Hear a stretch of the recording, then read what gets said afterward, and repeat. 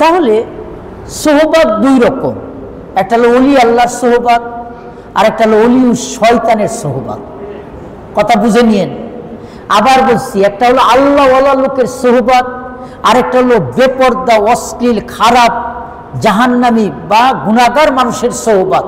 দুইটা কি একরকম? নেককার মানুষের সাথে থাকলে মানুষ নেককার হয়, বদকার মানুষের সাথে থাকলে বদকার হয়। আল্লাহ রাসূল সাল্লাল্লাহু আলাইহি ওয়াসাল্লাম বলেছেন এই কথাটাকে এইভাবে, আল মারউ আলা দীনি খালিলিহি ফালইয়ানজুর আহাদুকুম মাই ইউখালিল। তিরমিজি, দাউদ, আবু দাউদ শরীফের হাদিস। নবী করিম সাল্লাল্লাহু আলাইহি ওয়াসাল্লাম বলেছেন, মানুষ তার বন্ধুর দ্বারা জীবনে তার প্রভাব, তার উপরে তার চরিত্রে মারাত্মক প্রভাব বিস্তার করে। এই জন্য প্রত্যেকটি ইমানদার মানুষের উচিত সে কার সাথে সম্পর্ক তৈরি করতেছে, কার সাথে উঠা বসা করতেছে, এটা তার আগে দেখা উচিত যে এই লোকটা কি নামাজি কিনা, এই আমার যে ক্লাস ফ্রেন্ড বানিয়েছি ও কি আবার চাঁদাবাজি করে কিনা, কোনো দলের নেতা হয়ে মানুষ পিটায় কিনা, আমি ইউনিভার্সিটিতে পড়ছি আমার বন্ধুটা নামাজি কিনা। যদি নামাজি না হয়, আজকে আপনাকে সিগারেট খাওয়াবে, কালকে আপনাকে হিরোইন খাওয়াবে, তারপরের দিন আপনাকে ছিনতাইয়ের মধ্যে নিয়ে যাবে, তারপরে হন্তকালী নিয়ে যাবে, এরপরে মানুষ হত্যাকারীর মধ্যে নিয়ে যাবে। মেয়ের সাথে বান্ধবী করবেন, মেয়েটা যদি দিনদার পরেজের পর থেকে বান্ধবী বানানো তো ঠিকই না, যদি আল্লাহওয়ালা মানুষ না হয়, যদি কথাবার্তাও বলেন, যদি বেপরদা থাকেন, আজকে চোখ দিয়ে দেখছেন, দেখতে দেখতে আপনাকে, আমার সাথে একজন টিচার বিয়ে করলেন, চিটাগাং কক্সবাজার বাড়ি। টিচার্স ট্রেনিং কলেজে যাওয়ার পরে আইআরএ এমএডও করলেন ঢাকা ইউনিভার্সিটি আইআরএ থেকে একসাথে। তো তখন আমি আফসোস করলাম, আহারে ছেলেটার দাঁড়িয়ে আছে, কিন্তু কোন মেয়ের সাথে সম্পর্ক তৈরি করছে, তো নষ্ট হয়ে যাবে। ঠিকই দেখলাম এই 6 মাসও গেল না, দাড়ি দেখলাম বড় দাড়ি থেকে এইটুক, তারপরে দেখলাম দাড়ি চাইছে শেষ, নামাজ পড়া বা। তা আমি বললাম, আহারে বাবা, সবাই বললো স্যার উপায় নেই, যে মেয়ের তালে পড়ছে ও একজন বেদিন, বেপর্দা, অশ্লীল, খারাপ মানুষ, ওর তালে পড়ে ওর দাড়ি চাচাইছে, ওর ইমানদারও চাচাই শেষ করে দিচ্ছে। তাহলে খারাপ মানুষের সোহবতে গেলে আল্লাহর ওলিও খারাপ হয়ে যায়। কথা বল না কেন? আর চোরও যদি যায়, ডাকাইতও যদি থাকে, অনেক দৃষ্টান্ত আছে এমন আল্লাহওয়ালা মানুষের সোহবতে থেকে খুনি আল্লাহর ওলি হয়ে গেছে। বলেন তাহলে সোহবতের গুরুত্ব কম না বেশি? বিশাল।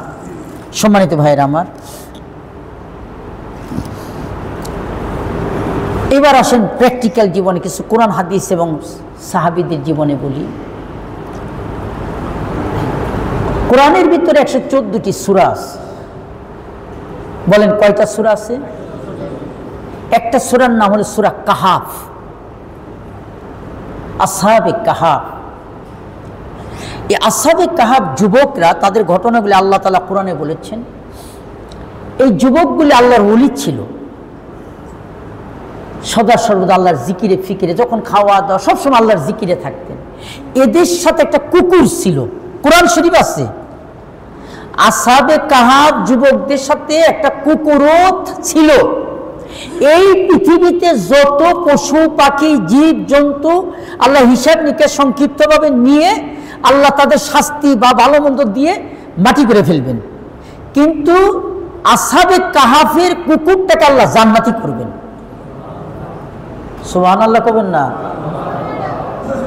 আবার বলছি, আসহাবে কাহাফের কুকুরটাকে আল্লাহ জান্নাতে নেবে। কারণ আসহাবে কাহাফের সাথে এই কুকুরটা আসছিল, আল্লাহওয়ালা লোক এইটুক হার মার দিত, খাবার দাবার দিত। দেখে যে এই যুবকরা যখন একা বিসমিল্লাহ, খাওয়ার শেষে আলহামদুলিল্লাহ, কুকুরগুলি ফলো করছে, যাহারে এরা আমার দয়াও করে মায়াও করে খাবারও দেয়, কি সুন্দর আল্লাহর তসবিহ পড়ে। আরে এই কুকুর ওদের সাথে থাকতে থাকতে ওর ভাষায় ও জিকির করতো সুবহানাল্লাহ। ভাইয়েরা আমার, আসহাবে কাহাফের এই কুকুর আল্লাহওয়ালাদের সাথে থেকে একটা কুকুর জান্নাতি হয়ে গেছে। সুবহানাল্লাহ।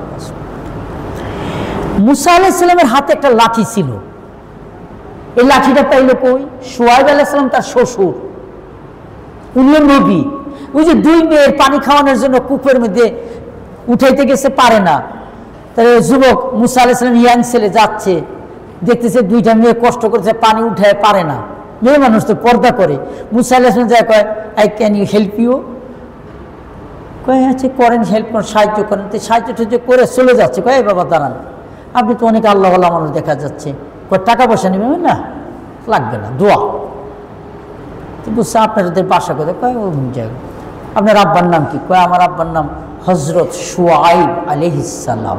সুবহানাল্লাহ, নবীর মেয়ে। কয় আমার আব্বার সাথে কথা বলতে পারেন। শুআইব আলাইহিস সালাম তো বুঝছে এই তো যেই সেই মানুষ না, তো নবী হবে। তো মুসা আলাইহিস সালামকে বিয়ের সময় সংক্ষেপে বলি, শুআইব আলাইহিস সালামের হাতের লাঠিটা মুসা আলাইহিস সালামকে দিয়েছেন। সুবহানাল্লাহ। এই পৃথিবীতে কোনো লাঠি জান্নাতে যাবে না।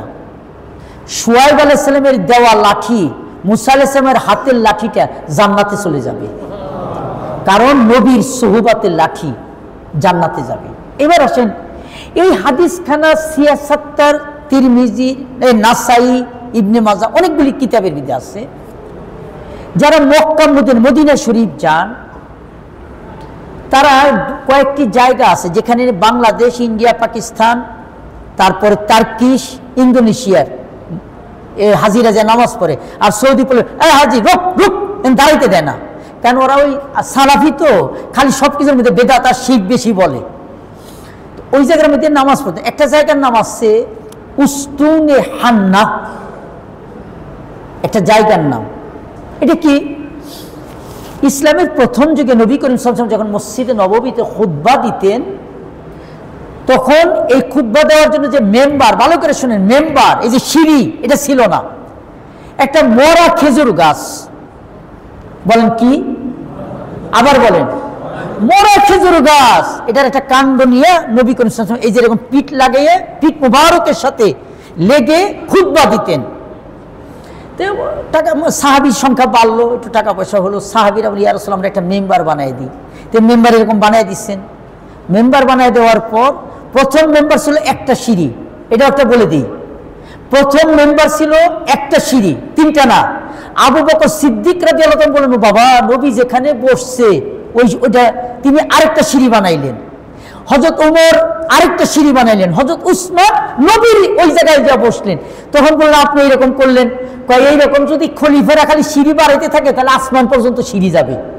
সুবহানাল্লাহ বলে, কত দূরদর্শী, আল্লাহু আকবার।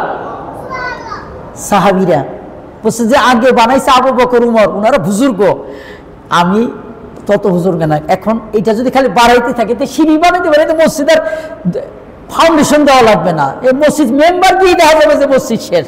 বলেন কথা ঠিক কিনা? মসজিদের সিঁড়িটা ওই গাছটার নাম ছিল উস্তুনে হান্না, ওই যে খেজুর গাছটা, এটা সরাই দিয়ে মেম্বারের মধ্যে নবীজি বসে খুতবা দিচ্ছেন। খুতবা দেওয়ার মধ্যে নবীজি বলছেন আলহামদুলিল্লাহ আসসালাত, নবীজি এরকম খুতবার কোরআন হাদিসের কথা বলে ওয়াজ করতেছেন। হঠাৎ একটি মুহূর্তে হাদিসের মধ্যে আসছে কান্নার আওয়াজ আসতেছে। এমন কান্না, বিধবা মহিলা স্বামী মারা গেলে যেরকম কাঁদতে কাঁদতে অস্থির হয়ে যায়, ছেলে পেলে বাপ মা এতিম হয়ে গেলে যেমন কান্না করে, মানুষ মারা গেলে কাঁদতে কাঁদতে ঢেকুর দিয়ে দিয়ে কান্নার আওয়াজ আসতেছে। নবীজি খুতবা বন্ধ করে দিলেন। সাহাবী, তোমাদের মধ্যে কে গো বাবা এত কান্না করতেছো? আমার খুব দুঃখ লাগতেছে রে বাবা, আমি তো আর কথা বলতে পারছি, কে কাঁদে? সাহাবীর একজন আরেকজনের দিকে তাকাচ্ছে, ইয়া রাসূলুল্লাহ আমাদের কেউ তো কাঁদতেছে না। অনেক সাহাবীরা হঠাৎ করে বলেন, নবীজি এই কান্নার আওয়াজ আসতেছে এই মরা খেজুর গাছ থেকে। আরো আসতে সুবহানাল্লাহ। নবীজি কথা শুনে মেম্বার থেকে নেমে গেলেন। নবীজি যখন কাছে গেলেন দেখেন খেজুর গাছ থেকে কান্নার আওয়াজ আসতেছে। খেজুর গাছকে জিজ্ঞেস করলেন, কিরে উস্তুনে হান্না, এগুলি গল্প বলতেছি না, হাদিস। জিজ্ঞেস করলেন, উস্তুনে হান্না তুমি তো খেজুর গাছ, তুমি মানুষের মতো কান্না করতেছো, কারণ কি? বলে, হে রাসূল আপনার সুহবতে থেকে, আপনার পিঠ মুবারক লাগার কারণে আমি মরা খেজুর গাছ ছিলাম, কিন্তু আমার মধ্যে আল্লাহ তাআলা মানুষের মতো আত্মা দিয়ে দিছে। আমার মধ্যে এমন অনুভূতি আসছে, আমি জীবনটা ধন্য মনে করেছিলাম, কিন্তু আজকে আমার নসিব খারাপ। আমি যে নবীর সোহবতে ছিলাম আমি জান্নাতি হয়ে গেছিলাম, কিন্তু আজকে মেহেম্মার আসার কারণে আপনি আমাকে দূরে সরিয়ে দিয়েছেন। এই দুঃখে আমার কলিজা ফেটে যাচ্ছে নবী। আমি এই জন্য আর কান্না থামাতে পারতেছি না। নবী, আপনি আমাকে মাফ করে দেন। আল্লাহ রাসূল সাল্লাল্লাহু আলাইহি ওয়াসাল্লাম এই কথা শুনে হাদিসের মধ্যে আসছে, এই খেজুর গাছটাকে বুকের মধ্যে আলিঙ্গন করলেন। খেজুর গাছটা বললেন আহ, একটা চিৎকার দিলেন, চিৎকার দিয়ে তার জান বের হয়ে গেল। নবী বললেন, তারপরে তার ইন্না লিল্লাহ বলে সব সাহাবীরা দেখলেন, নবীজি এর জানাজা পড়ালেন, দাফন কাফন দিয়ে ওই মসজিদে নববীর রিয়াদুল জান্নাহ যেখানে, ওই জায়গার ভিতরে যেখানে দাফন করেছেন, রিয়াদ ওই জায়গার মধ্যে উস্তুনে হান্না আছে, ওখানে 2 রাকাত নামাজ পড়ে অনেক হাজিরা দোয়া করে। তাহলে আমার কথার উদ্দেশ্য হলো, নবীর সোহবতে থেকে মরা খেজুর গাছ যদি জান্নাতি হয়, আমরা যদি নবীর সোহবত সুন্নতের সোহবতে থাকি, আরে পাপিষ্ট উম্মত জান্নাতি। বলেন কথা ঠিক কিনা? যদি মরা খেজুর গাছ নবীর স্পর্শে এসে এইরকম জান্নাতি হয়ে যায়, নবীর সোহবতের এই টুপি, নবীর এই সোহবতের দাড়ি, নবীর এই সোহবতের যদি আমল আখলাক জীবনটা পরিচালনা করতে পারি, ইনশাআল্লাহ জান্নাতি মানুষ হয়ে যাবে।